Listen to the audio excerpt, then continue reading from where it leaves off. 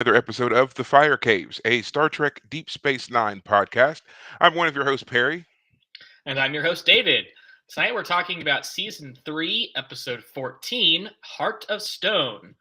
Before we continue, you can find us on Twitter, Facebook, Spotify, Apple Podcasts, and YouTube as The Fire Caves, a Star Trek Deep Space Nine podcast. Absolutely. And as I say every week, you should find us and follow us because we are a good time. And we're going to be doing some different stuff pretty soon. Maybe have some merchandise for the Fire Caves heading your way.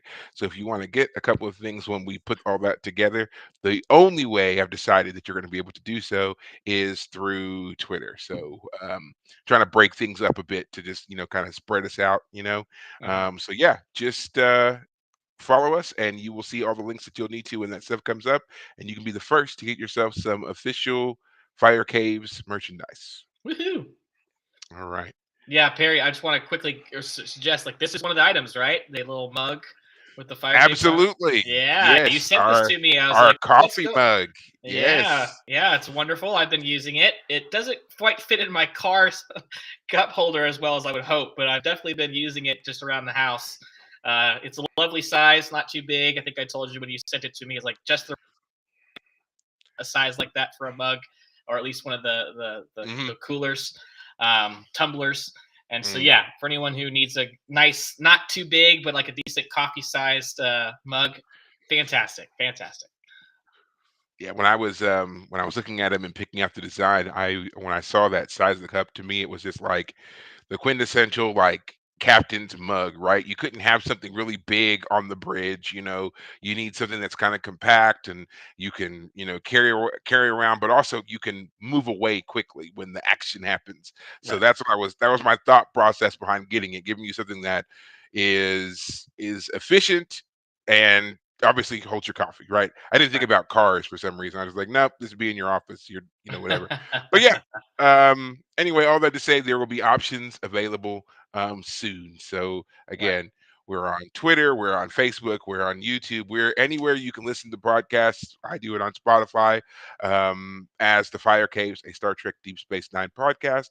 So if you're interested in what we're up to and in getting any of these things, please find us, follow us, and we'll make it available. Yeah. So before we get into our episode tonight, David, how was your week? It's been interesting. So this was Thanksgiving weekend for us. I imagine most people are listening to this shortly after that holiday. Unfortunately, my father was feeling under the weather. He's been feeling kind of sick for a couple weeks, and on Wednesday morning, he went into the ER Mm. because he was just feeling dehydrated, had a headache, was just having a bunch of issues, and a lot of symptoms that don't quite add up, unfortunately. Um, so he was in the hospital for 2 days. I mean, he was able to recover. Getting an IV helped, and like getting his electrolytes replenished helped with certain things. But he's still not 100%, which is unfortunate. They almost thought he might even have cancer on his liver, and thankfully that Mm. proved to be not true, which is great. So he and my mother were supposed to fly out on Friday to go visit my grandmother and his side of the family. Just this they did last year, do that again, but he had to miss the trip. Um, but my mother and I did see. We all three of us were supposed to go see the new Knives Out movie called Glass Onion. Hmm. Knives Out, for those who people remember, was a Daniel Craig film. It's a murder mystery film. So this Glass Onion was another one of the murder mystery types, with Daniel Craig returning as the only character from the first film that returns. And it was actually fun, pretty good. I still think the first film, Knives Out, was probably better, but not that Glass Onion was bad. Um, but it was fun. So me and my mom went and saw that. And then we had Black Friday at work. So that's a big sale for us, and that's been good so far. Definitely lower traffic, though, I think, than we've seen in past years. So there's a concern out there that things might be slowing down out there in the economy. So hopefully nothing too drastic goes out there anytime soon. Um, and yeah, I finished another book today, a biography of Thomas Paine, which I had started before. I only had to finish the second half of the book. I think I might have mentioned it in the past. Thomas Paine was one of the he was an Englishman who came to America during the Revolutionary War and wrote the pamphlet called Common Sense, which basically convinced most people that break with England was a good idea, and basically confirmed and started the Revolutionary War with England. So, a fascinating character. I look forward to reading more about him because I also have his some books that had his writings. So, for example, late in life, he published a work called "The Age of Reason," which was a anti-religion book, and he basically Mhm. tore the Bible to shreds. He said the Bible is a false document full of contradictions and all this stuff. And at the time, that was a big no-no. It meant that Yeah. he got ostracized for the rest of his life. All the people he had been friends with and very popular with, suddenly he was persona non grata. Mhm. He was also there for the French Revolution, which he thought was going to be like the American Revolution. But unfortunately, for people who know history, know that the French Revolution turned violent, and that led to the rise of Napoleon Bonaparte and the all the things that happened around that. But anyway, fascinating character, fascinating figure in history. The biography I read was by Charles Harlow Unger, if I'm saying it correctly. Uh, and he's done a lot of great biographies that I've read so far. So anyone who's interested in history would probably appreciate that kind of thing. But that was me. That was my week. How about you? Well, as you said, it was Thanksgiving, so I did a smaller Thanksgiving with just me and my daughter. My Right. family was places elsewhere doing, my extended family was elsewhere doing other things, but it gave me an opportunity to, of course, get into the Star Trek cookbook, as I said that I Yeah. was going to. How'd it So go? the the making of certain dishes was a success. However, the taste of certain dishes, not so much. So now there was a lot of trying to stay true to the recipes, and then some things just not working out, like not being able to find certain things in the area. Hmm, The good thing about the cookbook is most of the stuff you can find. There were just some certain like vegetables or whatever that I couldn't get a hold of. And I right. think it's mainly probably because of the time of the year. I'm doing this in the winter time. Certain things Right. just aren't available right now. So, I think that's what was more my issue, not because it's so exotic I couldn't find it or anything like that. But um, another thing that was interesting was the majority of things in here are uh, vegan and vegetarian friendly. Okay, now obviously featured right here on the cover. This is meat. This is a pork loin, and there Right. are there are meat dishes, but the majority of the things that I found in here are fruit and veggie based, so they are wildly accessible to everyone. Right. Not a big fan of kids though. Ah. Getting kids to eat vegetables is hard, very hard. And one thing that I made in particular that I really enjoyed, surprisingly really enjoyed, was the Hasperat. I've been talking about that one. Probably it's probably the for me it's like the Trek food, easily accessible because it's the veggie wrap, but it's supposed to be spicy. You have to have this spicy brine to it, and it's just mainly vegetables wrapped up in a tortilla or whatever, right? Right. And so that's what I did. I roasted all of the vegetables that I had. I had kimchi because that's what was called for in the recipe, and I found that I really, really enjoyed it, especially the kimchi in there. Like it was spicy, but it was a different kind of spicy, not just peppers and stuff. It added a whole other um flavoring to it. The acidity from the cabbage, because kind of like think like spicy sauerkraut, I guess would be the best way to think about it. And Right. I really enjoyed that flavor mixed in with all the other vegetables and everything else. So that to me was great. The Leola root soup that we made, again, I loved it. The kid did not. I don't blame her. And then I don't blame her because I mean it was a bit intensive to do, and then some of the flavorings for it were strong, but I found them pleasant. She Right. didn't. She did like the Shadra Cobb that I made, but that was kind of um, like glorified mashed potatoes. So I think that's why that worked for Right. her. And then the Rogova eggs was another favorite, mainly because of the look, because you have to dye the eggs all these different colors and stuff. Right. So she really enjoyed that because we had eggs, like some of them were streaked with blue and purple, and then we had other ones that were like greenish blue and had little flecks of yellow and everything else in there because I had intentionally staged the food coloring so that it would be like, the egg would be in there in one color for, maybe 15, 20 minutes and another one for another 20 minutes and then back and forth doing that. So it worked out really well on that. A bit labor intensive, I'll tell you that. Um, Right. for glorified deviled eggs. I mean, you're doing a lot of work mainly for the coloring, and then you have the flavor is whatever you want to make your deviled eggs taste like. So, Right. and then we did, of course, the traditional turkey and mac and cheese and stuffing and whatever else. So there was a lot, but I made like a lot of different things for us to eat, but I made them in smaller sample sizes so that it made it easy to navigate. Right. And overall, again, I enjoyed it. There were some things I didn't get to make that I had initially planned to make, but that was mainly because I ran out of time. So I have decided to move those to Christmas, and they're desserts anyway. So I feel like they'll work better at Christmas than Thanksgiving. So Right. we'll see. So round two of the cookbook stuff is will be coming up. I did take some pictures of some things. Trying to do video and record like the steps that I was doing to make things was a nightmare. So I got just pictures Right. because it was obviously it's just me doing it. So until I get like a GoPro or some kind of camera Yeah. mount on my head or whatever, that's probably not going to happen.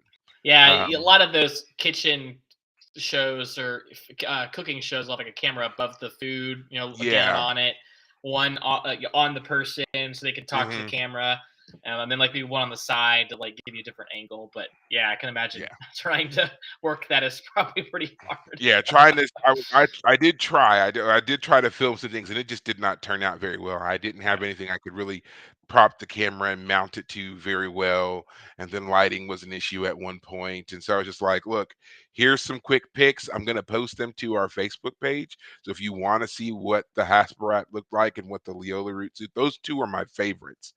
What if you Right. want to see what those look like, those pictures will be up here really soon, so you'll be able to see those.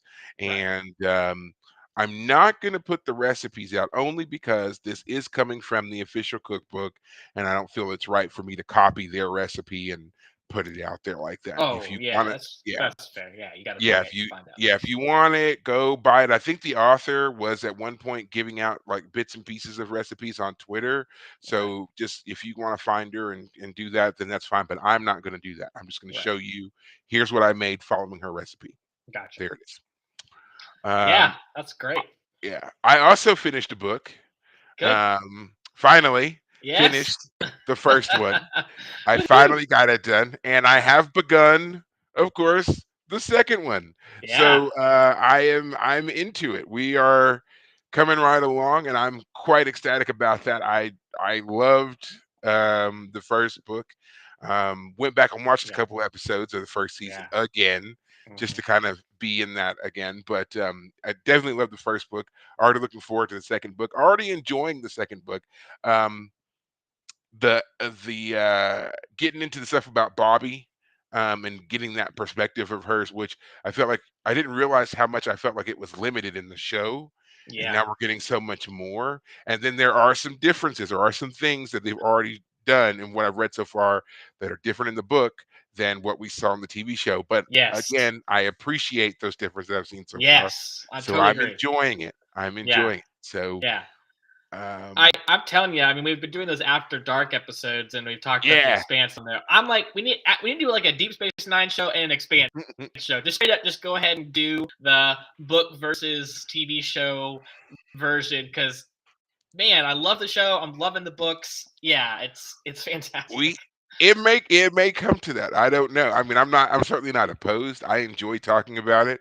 I've been Right. in, and like I said, I've been enjoying these books. And now that I've figured out a way for me to get more reading done, because that was always my issue with the other one. I just always felt like I never had any time. But now I have figured that out, and that's why I was able to get through the rest of the first book so quickly because I got that figured out. So now I'm getting ready to, this week, I'm back on it, and yeah, this is going to be. Um, I think it's going to be a fast read, so I'm looking forward Avasarala to it. is calling for you. She's I almost know, like there. I can hear, and I went ahead and I got the one after that as well. So Good. I'm ready Right. as soon as the time comes. So no waiting on that. But yeah, that has been my week in a nutshell. and Fantastic. looking forward to a new week. All right. All right. So now we are ready to talk about Heart of Stone, Let's do it. and I think I will go ahead and give the recap on this Do one it. Let's real go quick. for it. So this is definitely an interesting episode for sure.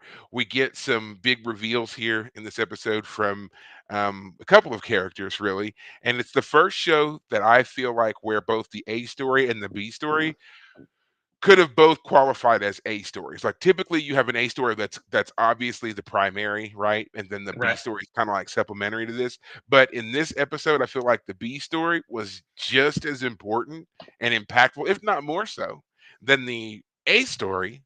And we're going to get into that. All right. Uh But huh.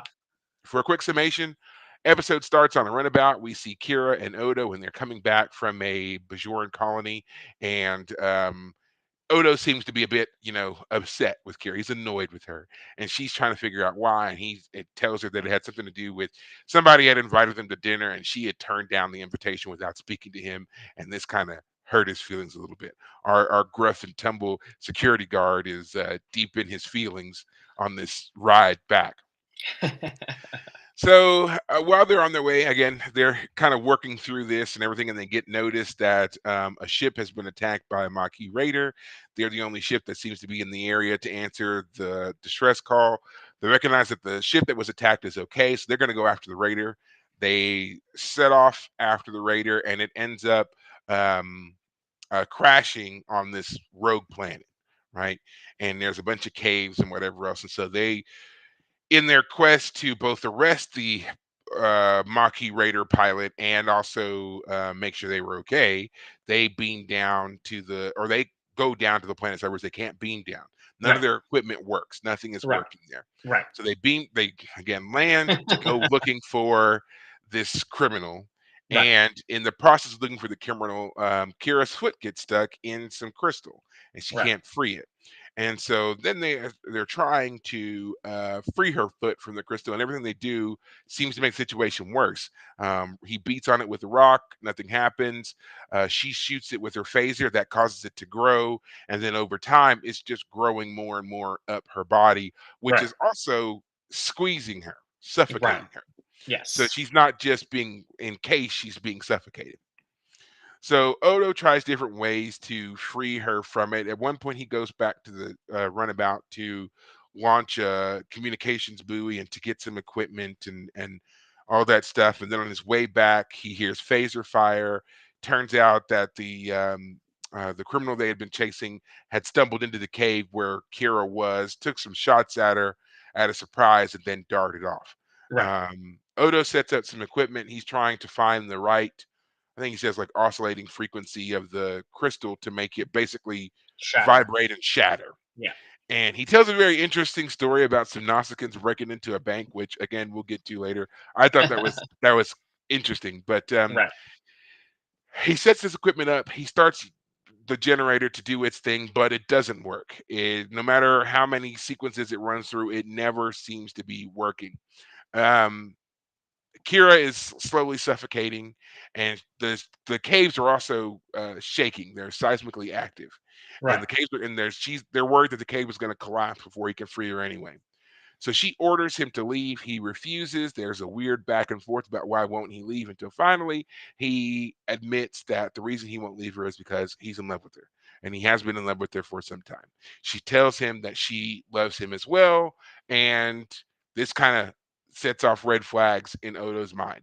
Right. He then starts reanalyzing the situation and realizing that the oscillating frequency generator thing should have worked. There's no reason that it shouldn't have. So something else is wrong with the scenario. He also realizes that from where Kira was standing and the supposed shots from the Maquis phaser, there's no way that he couldn't have hit her unless he Right. was intentionally not aiming for her. So Right. now he's putting all these things together and he's like, oh, and I've watched you for years. And I know that you like me, you respect me, but there was never an indication that you were in love with me. So No you're romantic interest you're there. Yeah. right. You're lying to me. So that means that you're not Kira, because Kira wouldn't lie to me. So who are you? So now he's aware that this is not Kira. And Right. at this point, the form shifts, morphs, and it becomes the female changeling that we met several episodes ago. Right. And Both she's Kira and the crystal are actually her. Yeah, the crystal yes, was fake all as of it is her. And so she then tells us that she, was worried about Odo and wondering about him and why he chose to leave after having been gone for so long and finally finding his people. Why did he choose to leave instead of staying with them? And how right. they had thought that it had something to do with Kira.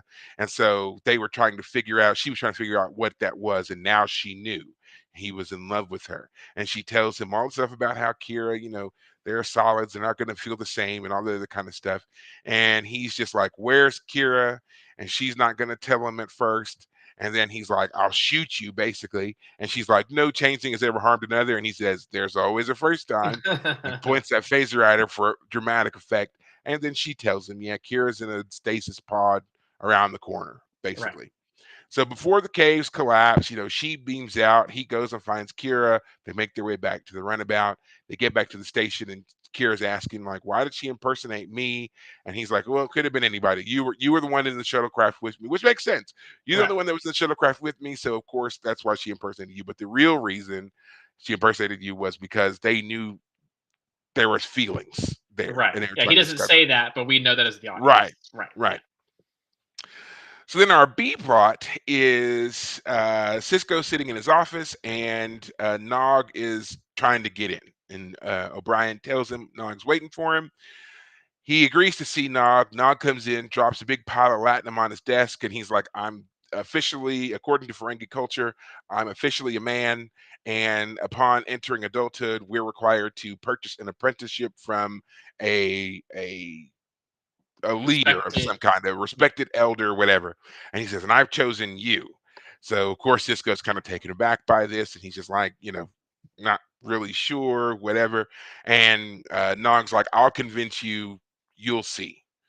And he leaves the office, leaving the pile of latinum there. And then we see him later on. He's working in Quark's bar with his dad, and his dad's being berated by Quark for basically just being an idiot and things not working. And we can Right. see that this is kind of making Nog upset.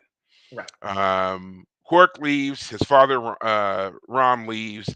Jake comes in, and he's like, "Oh, that was a pretty clever joke you played on my dad about wanting to join Starfleet." And I told him you were joking, so don't worry about it. This pisses Nog off. He's like, "I wasn't joking." You go back to your dad and you tell him I wasn't joking. I was serious. And so that doesn't happen, or at least we don't really see if that happens or not. So I'll give Right. Jake a pass on that. We don't really see if that happens or not. Uh, Cisco runs into Nog later on, and he's like, "Hey, have you given any thought to my request?" And he's like, "Yeah, I've decided. No, I'm not going to do that." And Well, he's like, "Why? Why not?" And he's like, "Because your reputation on the station sucks. Your grades are mediocre, and you've gotten in trouble with Odo a few too many times." right. And so Nog is just asking him for a chance to prove himself. And so Cisco says, like, finally agrees to give him a chance. Right. He tells Dax to clear the inventory that they had, and that he wants Nog to re-inventory this particular cargo bay that is full of very sensitive, very expensive Starfleet equipment. Right. She's shocked by the news that Nog wants to join Starfleet, and then she's even more shocked when she's like, "You want him to do this job with all this equipment?" And he's Right. like, "Yep, give it to him." So she does. He does the job. He does the inventory. Actually, does a fantastic job with the inventory. Finds some things that they had lost and Right. presents the report to Cisco, and they're just kind of like blown away with his ability, right? But Right. Cisco is still not 100% convinced. So then Nog comes back to his office, and he's just telling him, he's like, "I just, no, I just don't think so." And he gets to him, and he's like, "Why do you want to do this? Like, what is driving you to want to join Starfleet? Is there some kind of scheme, some kind of con? What is it?" Nog finally breaks down and tells him it's because he doesn't want to end up like his father. And he Right. tells him, his dad is a mechanical genius. He can fix anything. He could have been an engineer of his own starship if he had been in Starfleet. But his only hope is to somehow, some way, take over his uncle's bar. Like that's the only The aspiration this pursuit dad of can have. profit is the only Right, thing that he chose to follow, and he's regretting that. He doesn't wanna be like his dad. right, Yeah, yeah, yeah, right. yeah, yeah, yeah, yeah, He yeah. wants to do something worthwhile. He doesn't want to end up that way, and he feels like he can do that in Starfleet if he's given a chance. And so, after his very impassioned speech and Cisco seeing some understanding in the boy, he agrees to sponsor him to join Starfleet. Starfleet. And Yeah. that and so that's yeah, essentially that's that for them. There is a little scene later on where Quark and Rom find out about his intent to join Starfleet, and Quark's like, no nephew of mine is going to be in Starfleet. And Rom's like, no, if he wants to He's do it, my he son. can. He's my son. You may have say over the bar, but when it comes to my family, I make the decisions, and I'd be proud to have my son in Starfleet. And so Great moment. that's that story. Great It little was. It was a father-son great moment. moment. Yeah. Yes, great little moment for both of them. And Yes. yeah, that's essentially that supposed B storyline that we had Yes. there. So Yeah. both great, compelling stories, but again, I feel like they both could be A storylines, not an A and B respectively. Well, from what I'm reading here on Wikipedia, it sounds like that's how they started thinking about the episode themselves. Like the Huh. Odo Kira was originally with the A plot, and then they started developing the Nog Cisco story and kind of promoted it to like a side A plot. Like they both are kind of A plots of sorts. And that's all. And I bet you, I 100% believe that that's because Nog and Cisco turned in stellar performances, surprisingly good performances. With not expected. Again, they probably walked into this thinking this was a B plot story, but when they got to those scenes between the two of them and watched the gradual change in the relationship, the tone. Cisco was kind of dismissive at first, then he's just a flat out no, and then there's the reversal at the end, and Nog being so articulate and passionate. I have no doubt at all that that scene is why they went that way. Right. No doubt at all. Once Yeah. again, Avery Brooks is fantastic. So Yeah, well, great I guess I'll stuff. talk about this then because there was a one moment Yeah. where Cisco he's talking with Nog and he's telling him even at the inventory, which Nog apparently knocks out of the park, and he tells Nog no, I just can't do it, and you can tell that he's basically trying to pressure Nog into telling him why he wants to do it, um why he wants for Cisco to give him a recommendation. And when he grabs Nog by the shoulders and shakes him, I feel like it was just a little much. I feel like that was Oh, probably further than both the character and Avery Brooks as the actor needed to take the moment. I don't know if he was uh-huh. directed to do that or what, but like the idea of him physically grabbing someone and shaking them to get them to answer a question, whether it's a villain or Nog, I mean, who's still a boy technically, and he's still like what 14, 15, even if he's an adult in Ferengi culture. It Well, felt a little much at that point, so I was a uh, little off put that he kind of shook him. But I totally understood that this scene was supposed to be about Cisco flatly denying him and even aggressively questioning him why you want this. Why aren't I mean, tell me more, basically. So yeah, so I do know that Nog is older than that. Now we've already established that Jake around this time is about 15, 16 years old, and it was mentioned in an earlier right, episode in season 2, I'm going to say, that Nog is older than Jake. And so with him right. officially achieving manhood status in Ferengi culture, I have always assumed that where Jake is 15, Nog is probably like 18 or 19. Oh, Now, okay. this so now the scene that you're talking about where Avery Brooks grabbed him and shook him a bit. That too, I was always a little jarred by that because it feels so clumsy, and it almost Yeah, seems like there was an intent, yes, to grab him, but I think that the difference in size and trying to move quickly for both of them throws things off a bit. So it looks more intensive than it really is. And so that's why I've always kind of given that part a pass. Because even I thought initially it's like you could have gotten his face, but you didn't need to grab him. right, But it also serves to kind of highlight the intensity of both of them for the moment. And it helps Nog to break down a little bit and to right, give us the truth of why he's trying to get into right, Starfleet. right. You know, Yeah, um, I still think it was a great scene. I loved um, Nog's speech. Aaron Eisenberg did a great job here of communicating that desire to be more than Mhm. what everybody was just kind of assuming he was going to become. It was Right. just basically following in his uncle's footsteps, in his people's footsteps, chasing profit, doing things for profit, all that kind of stuff, and him realizing he doesn't have that particular, bent in life, that kind of acumen or whatever, but he knows he's got other talents elsewhere. He's just looking for a way to draw them out and to be Right. useful in another way. And Right. I think it's great that Starfleet is the obvious alternative for that for him. Right. Yeah. So, um, and what an evolution of the character, which I also loved. I mean, when we first meet Nog in episode one, he's he's a thief. He's a lookout for a thief.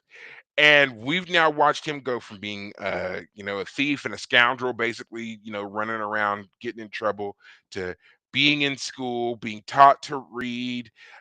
He works in the bar. He's got a job to keep himself out of trouble. And now here he is taking the next step, realizing he doesn't want to live that life. He wants to do something better, and he wants to now join Starfleet. What a great, rise up of the character that we've seen. The Right. maturation of the character now. Right. So, yeah, definitely enjoyed all of that, and I love Cisco calling them out as BS. You're a troublemaker. Your grades suck, and you've been arrested. Right. So why would Starfleet want you? Right. You know? Yeah, and for Avery or for I'm sorry, Cisco to take the reputational risk of actually Hmm. backing Nog at the end. I mean, we know Cisco. We know that he will. That's the type of man he is. He's an honorable guy, and that means taking risks on behalf of others. And we know that. Well, we should only suspect that he'll go through with it. But yeah, it is going to be a risk. Does Nog have what it takes? Is Nog going to fit with the Federation? Which is also interesting because from what we remember, Jake does not want to go into the Federation. He's seen his dad. Right. It's like the opposite story. He's seen his dad Hmm. in the Federation, and he wants something else for himself, um, more freedom, basically. If I could remember his motivation, um, but yeah, I think that's it's really interesting that the two characters, both the fathers and the sons, for the same reason, want the opposite thing as their father, um, Hmm. and it's not it's fascinating. I will go ahead and quickly mention, in my research of Star Trek stuff, I do know that eventually Nog does make it into the Federation. I don't know any details, but I do know one detail, and that's that he is one of the few people that successfully does the the Kobayashi Maru test. Kobayashi Maru test. Yes, I Oh, don't remember the the details, but infamous, if I remember, the infamous Kobayashi Maru. yeah, I think he Oh, manages some sort of diplomatic solution, if I understand correctly. Again, we don't have to hmm. go into any details if that's coming into way down the line, but I find that great. Nog is gonna prove himself a valuable member of the Federation at some point Yes. down the line. So So to go into, I guess, the Nog lore, apocrypha, whatever you want to call it, as we all know, the actor who played Nog passed away a few years ago, Aaron Eisenberg, and to honor him, yeah, the story of Nog has already reached legendary status. Yes, not only does he, join Starfleet, but he's a ace cadet. He becomes an ace officer. He rises quickly. He becomes a captain. He gets his own ship and all that good stuff. He ultimately serves the Federation with such distinction that later on, a whole line of ships is named after him. So that wow, you have the USS Nog, and it is, and again, in a wink and a nod to Aaron Eisenberg, it is the Eisenberg class ship. wow, So that was their whole, tribute to him, and both actor and character. So yeah, Nog is a legend already. right, And out of all the children that we have seen portrayed in Star Trek, which isn't many, like, again, to be truly featured as recurring regular characters, whatever, on the show, Nog is the only one who actually has that path. As we've already indicated, Jake does not want to be in Starfleet, never joined Starfleet. And then Wesley Crusher, who had all of the advantages early on and got all the experience and everything else, ultimately leaves Starfleet. So Yes. he is not a Starfleet officer either. Nog He is the drops only out one. before graduation as well, if I'm That's correct. right. Yeah. Yeah. So he becomes a traveler, whatever Yeah. that means. Basically, he's a space bum, in my opinion. He's a space bum. You're So not half wrong. Yeah, pull yeah, magic tricks on all people. powerful space hobo. So that's what he is. Because if you remember when they introduced the travelers, that's what they do. They bum rides on different culture That's right. ships and stuff, and they teach them a little bit here and there about propulsion and warp theory and whatever in exchange for passage on their ship. So yeah, Right. they're space hobos. That's Yeah. that's it. Will teach So propulsion technology for a ride. yeah, real quirky gimmick there. We'll hitch a ride to the next space station or whatever. In the meantime, we'll teach you a couple of tricks, which really only work as long as we're on your ship. And then once we leave, we got you, and now you can't duplicate it. So yeah, space hobos. The travelers are space hobos. You're not I wrong. You're said not it here. wrong. Um, we don't see much of. I guess Bashir is the only one who's not in this episode. I don't remember um, seeing him.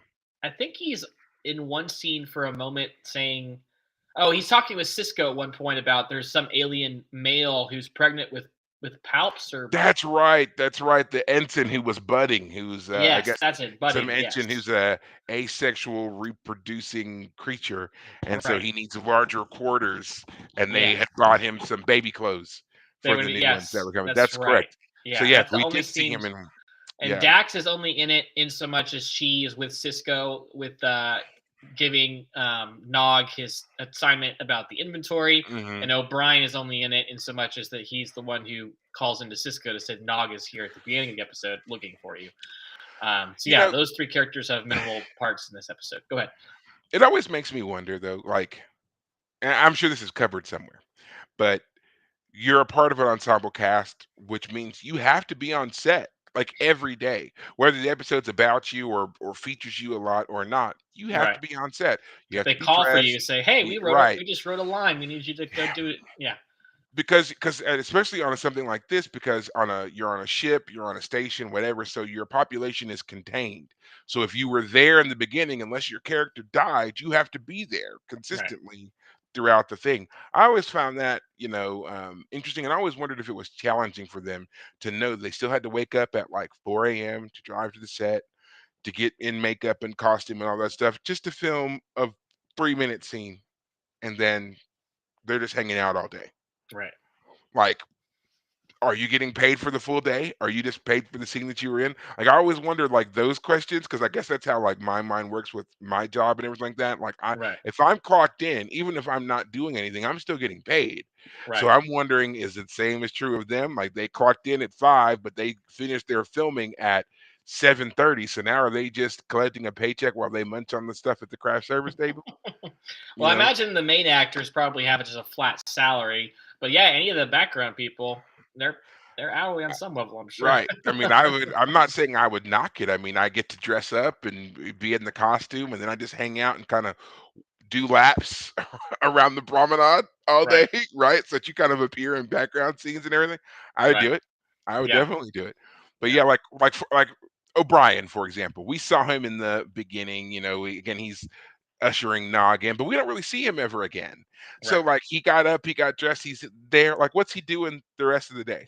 Right. Is he just chilling in his trailer listening to music, waiting in case they need to call him for something else? Right. Or did he go home? Like I would imagine he didn't go home. And I also think that they probably filmed a lot of episodes back to back, right? Or did multiple whatever. So it's like, okay, we've now finished all the shooting for Heart of Stone. We're now moving on to the next one and just kind of doing that. Or today we're doing scenes for Heart of Stone, past tense, like all that kind of stuff. Maybe they broke it up that way. Right. I don't know. I've never been involved in any of that stuff. I would love to get some behind the scenes knowledge of how the actual filming of stuff work because I would imagine they must film multiple episodes at a time just to fit in the stuff for the budget and stuff. But I could be wrong. Yeah. I don't know. Well, now we have to turn our attention, of course, to our actual A plot here, which Yes. is Kira and Odo and our female founder. Mhm. And so, what did you think of the whole setup here for the revelation of Odo's feelings for Kira? Um, well, going to the setup, I did find the idea that they were chasing a ship and they land on this moon planet with all the quaking and all this and that. It it was a lot of setup for what our payoff was, and our payoff is Mhm. interesting and important and definitely sets up future things. Um, but part of me was a little, frankly, bull bored with the idea that we're just sitting in a cavern trying to solve the crystal problem. It's not Mhm. working. And then finally at the end, um, we get the reveal that it's not her. And part of me Mhm. suspected there's something wrong here. It's not her. I mean, so the two of them split up, which is always the no-no. You don't split up. Yeah. Yeah, that also made it quite obvious to me too. Like as soon as she said it, I was like, you don't want to do that. Like that was my Exactly. first thought. You don't want to do that. Why? Yeah. Why? When has Yes. that ever worked for anybody in the history of anything? Exactly. When in the Split up. history of anything has anyone ever split up and someone been okay? Yeah. Anyway, so I was wondering what was going on. I didn't suspect necessarily a changeling. In fact, I mean, I don't remember what I was thinking exactly, but this starts off as a Maquis ship that they're Yeah. chasing. So it was more of a Cardassian Maquis issue, not a Dominion issue. Um, so I did like the twist. I like the idea that the female changeling is very good at changing into other things. She can mimic Yeah. Kira perfectly. Where Odo still Ooh. has trouble making facial features for himself, she can not only mimic Kira to perfection, but she can also pretend that a crystalline aspect is affecting her and do stuff. It was very interesting, and in that sense, it was good. Um, I also like the idea we learned Odo's name, where that comes from, that it originally was a Yeah. Cardassian word that was actually two parts, and they broke it into two words, and then they just called him Odo, the first part of it, and that the whole word in Cardassian just meant nothing. And so he always Mhm. thought of himself as nothing. And then when he started to think he had friends, when people call him Odo, he thinks of them as actually talking to him. He's a person. He's not just a nothing. So yeah, I like that little story, but when uh when Odo says "I love you," I'm in love with you, and she goes, "And I'm in love with you too." I stopped it right then and there. I was like, "Damn, this woman is cold, man." Barial died last episode. I mean, literally last Right. episode, and she's already moving on. What the hell? And then to find out, okay, no, it was not her. She was not the real person. I was like, okay, good, because man, that would have been what quite the curveball. It actually makes sense then that Odo realized, like, wait a minute, And she wouldn't say that.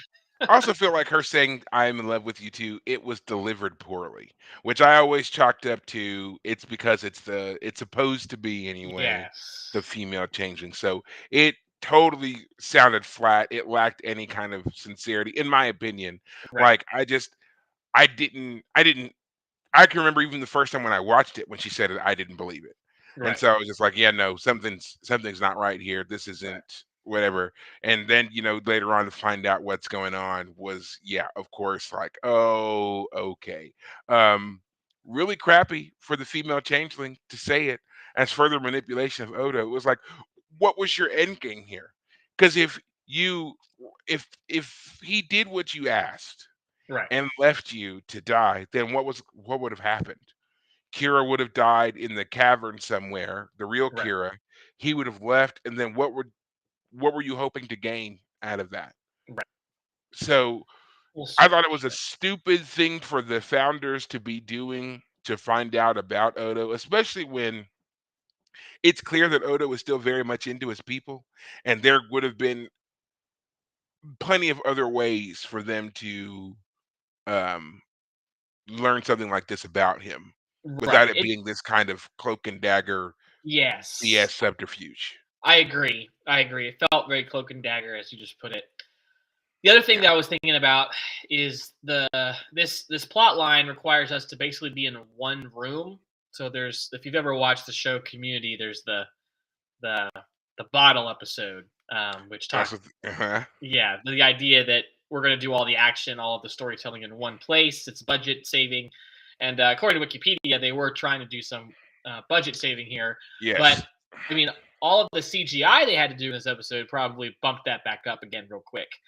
So Yeah, yeah, I it could see it that because I mean they've got to do the whole morphing rock, and then of course the and then build dissolution of the something that thing into the changeling, and then yeah, the thing that's covering Kira has to be built up and the again and cave had to again. be they had to build the Yeah. set for that. So so I guess what I would say is that the setup for the Kira Odo part of the story, I mean, if it's our main plot, it gets most of the time, which makes sense, but it also makes it feel a little bit slow. I was again a Yes. little bit bored, a little bit like basically it's just talking. There's not much action. In fact, all the action that supposedly occurs, which turns out to be a lie, it all happens quote unquote off screen. Like the guy shoots at her off screen, she gets caught off screen. So it was a Which little slow. again makes no sense when you consider that the founder, she clearly, because she beams out later on, which means she has a ship nearby, which means there are other people on the ship. They couldn't have had a third person who would have been like causing different problems to kind of heighten the danger Right, of the moment. You know, right, other ways to address right, um this issue here right, than what we're given. So yeah, it does make a lot of things ring flat, which works to Odo's benefit if you're kind of staying immersed, you know, in universe and everything else, as to why he's able to put it together and realizing something's not right about right, everything that's going on. Because I mean, right, that is really how you feel, and right, so I would say they succeeded there because in watching this, that's kind of how you feel the whole time. Something's not right here. Like this doesn't right, make sense. Like right, I felt that way. I continue to feel that way every time I watch it. right. It just it ring everything rings false. Like what she Yeah, says seems false. Their inability to figure anything out also doesn't seem to make any sense. right. All of your technology doesn't work, and yet for some reason your phasers do. Like there were so many things that just were like inconsistent that it's Yeah. just like this whole thing seems like a setup. And I wish Yes. they had played that more because then it Right. would have made the reveal more satisfying, Right. I think. Exactly. And again, the idea that Kira was the one who suggested they split up, which is the very thing was necessary for the changeling lady to capture Kira and make the whole thing happen. Yeah. So the setup for what was going on was a bit forced, a little drawn out. But again, we learned stuff about Odo. We learned Yeah. stuff about Odo. This is an episode we learned about Odo. We learn his hit backstory. We get him to confess his feelings for Kira. We get him to talk with one of the changelings, and again learn some of the abilities the changelings have. She is Mhm. able to very convincingly portray Kira up until the moment where she quote unquote slips up, as Odo later tries to say that it was. She slipped of the tongue. She says something slip of the tongue, Mhm. but he won't tell Kira exactly what it was that was said.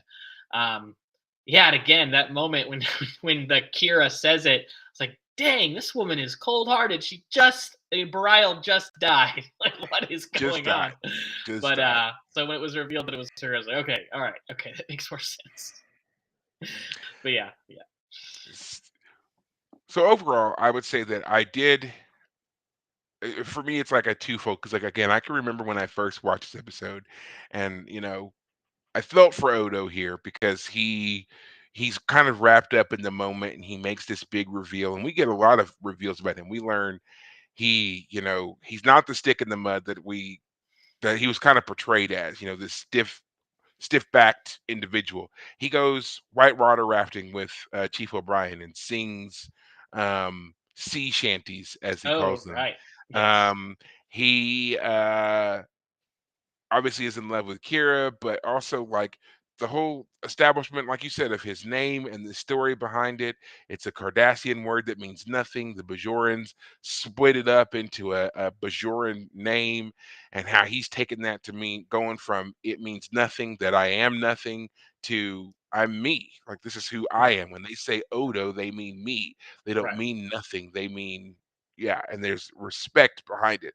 There is camaraderie, friendship, and he never had that until Kira and Cisco and the others. And it just kind of makes you sit back and like in that moment, you know, you're realizing how stark a difference there is between when the Cardassians were in charge versus when the Federation is now in charge, and Right. how they treat people. Like, he went from thinking he was nothing to now he is a person of importance, of consideration. He's a part of their group. They make him feel like a person. Right. And to me, like, I feel like that's a lesson that is skipped over by the founder when she reveals herself, when she's like, I don't understand why you want to stay with them. It's like, he literally just told you. He's been treated like crap forever until these people came along and are treating him like an equal. They don't view his abilities as something to be scared of or to be exploited. That's just another aspect of the man that Right. they see. Right. And she just, it was all completely glossed over. I think that would have also made this episode, or this plot anyway, this A plot, to me would have been better if they had focused more on that and him trying to communicate that point to her, because it's clear that she thinks that solids, as they call non-shape shifting people, Right. they think of us as inferior, and Right. that we're dangerous because we can't change shape. And here is one of her own telling her, no, these people are friendly, they're genuine, they just want to know us, you know. Right. And all of that is completely lost, Right. completely subverted here by everything else that's going on. So I wish they had focused a bit more on that. I would have enjoyed that. But yeah, we didn't see that at all. So, Right. but oh well. I mean, it's not to say that we won't necessarily. I'm actually really excited because we're getting more and more into the greater story arcs, key moments that we're seeing now, which will play out later on in other episodes, of course. And I'm just excited for it because there's some great stuff coming up, man. And you're gonna get to watch it for the first time. We're gonna be all in it. So, Gotcha. oh man. So overall, what do you think of this episode overall? Yeah. Um, well, it's interesting. While I do feel that a lot of the storytelling was slow, as I mentioned before, especially with the Kira Odo situation, it's very clear this episode is important for character development. We have Odo publicly confessing, at least to us, the audience, that he is in love with Kira. We have Nog preparing to make changes in his own life. So this is an episode that's definitely important for those characters. However, it's not the most exciting episode. I mean, the Cisco Nog part of the episode is not exciting per se. We don't have some great drastic problems having to be solved. It's purely character growth, where we have Hmm. two characters being confronted with each other. Cisco, who is in the Federation, doesn't need money, is being bribed by Nog to be into the Federation, which is how the Hmm. Ferengi work. They bribe people. That's totally acceptable to put a ridiculous, obscene amount of money on the table to get what they want accomplished. Yeah, that's Um, important to know because that was his life savings. It yes, wasn't just a sum of money. It was yes. Nog's life savings up to that point. Right. And the way the So two of them are yeah. both pushing it back and forth the table at each other, like accept it. I think you're forgetting this. Take that with you. And ultimately, Cisco lets Nog leave it. Again, Cisco shouldn't be feel bribed by it because the Federation He doesn't have money. They don't right. need money. They don't have need for that stuff, which is just a fascinating comparison to the Ferengi culture and even our culture. Like, if Cisco did accept it, is there anything on the books in the Federation saying that he has committed some sort of problem? He's So done something wrong. so let's talk about that real quick. Currency in the Federation. So it's pretty much been agreed upon that Starfleet and the Greater Federation does have some sort of currency barter Makes system. sense. That That makes there sense. Yeah. is that whole drive, acquisition of wealth thing, the way that we live our lives, is that still a thing for them? No. Right. But because it's basically been talked about that because the Federation recognizes that in dealing with other cultures, an aspect of commerce is going to be present.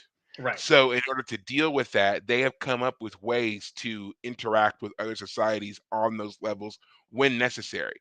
Right. Their officers are not paid. However, your needs are certainly met, and then accommodations are made for you based off of merit. Right. So if you've worked hard, if you've established yourself through uh, certain practice or skill set or whatever, then you will have the option to have certain things. Right. That's kind of how it goes. No one is suffering and no one is living in squalor or whatever that is. But at the Right. same time, if you are the top scientist in your field, no one can touch you.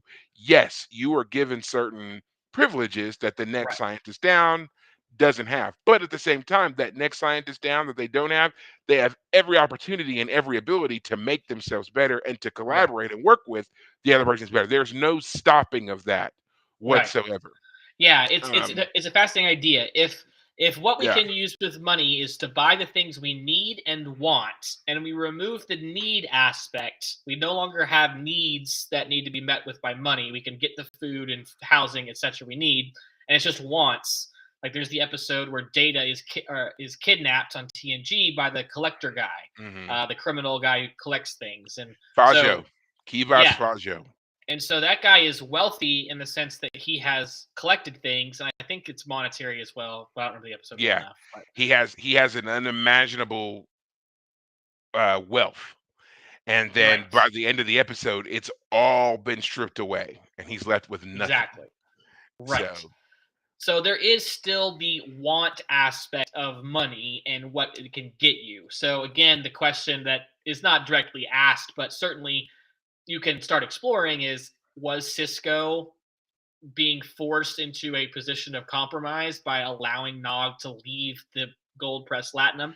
I don't mhm. think he was. I imagine. I don't think he I mean, was. I don't think it's he was certainly either. on a personal level. We know he's not.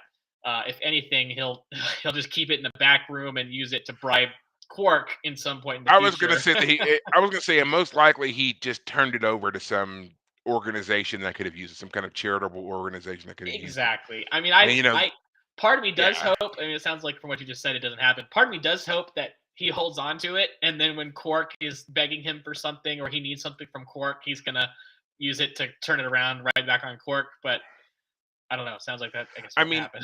no, I liked to me I the other time that appreciated what they say about commerce and the way that the Federation uses it is what Cisco does in a previous episode where he basically calls in Quark's bill. And he's like, "You've been running your bar and we do all your maintenance, all your upkeep, all your power, all your demands and whatever else that your business needs to operate. We've been eaten that cost all this time. You've never had to pay for anything. Well, now, unless you do what I say, payments due, you know? And that immediately changes Quark's tone because he realizes that with the Federation, obviously he was getting away with a lot. I Yeah. mean, the replicators being available for all of the people to come in and get food from him and all Right. that kind of stuff. The holodecks and the maintenance and the energy consumption of the holodecks that he's got exclusive access to that he's also charging people to use. Like imagine Right. that being like to break that down in a system that I feel like we could appreciate. Imagine our government bought and paid for Amazon, right? And everything that Amazon has. And Right. yet Jeff Bezos still charges us a fee Yeah. You to still have to buy and to subscribe to sell. Amazon Prime, Right, the membership. Yeah. right. Yeah. How pissed would you be if you found that out? Wait a minute. The federal government has paid, bought and part full, all of it, paid in Right. full for Amazon, and so my tax money paid for Amazon, and I'm Yes. still paying Bezos. You Right. would be outraged. You would And absolutely be outraged, and you and would have actually every right to.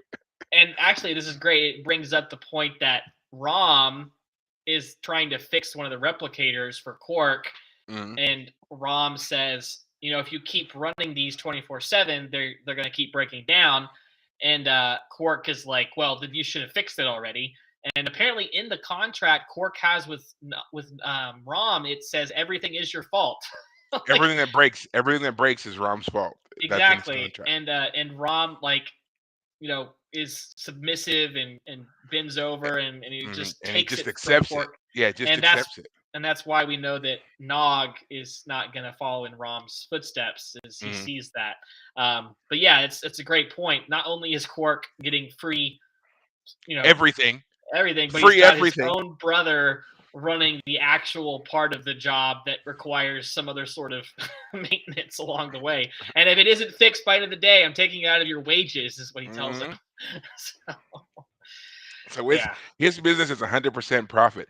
He gripes about having not having as much money as some other Ferengis that he knows, but no other Ferengi works or has a business that's set up where they have no risk.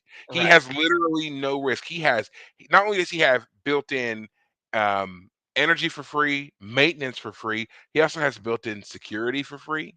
He has housing on the station for free. yep, Everything is yeah, free for him, and yet he still charges people. And the thing is, everybody accepts it.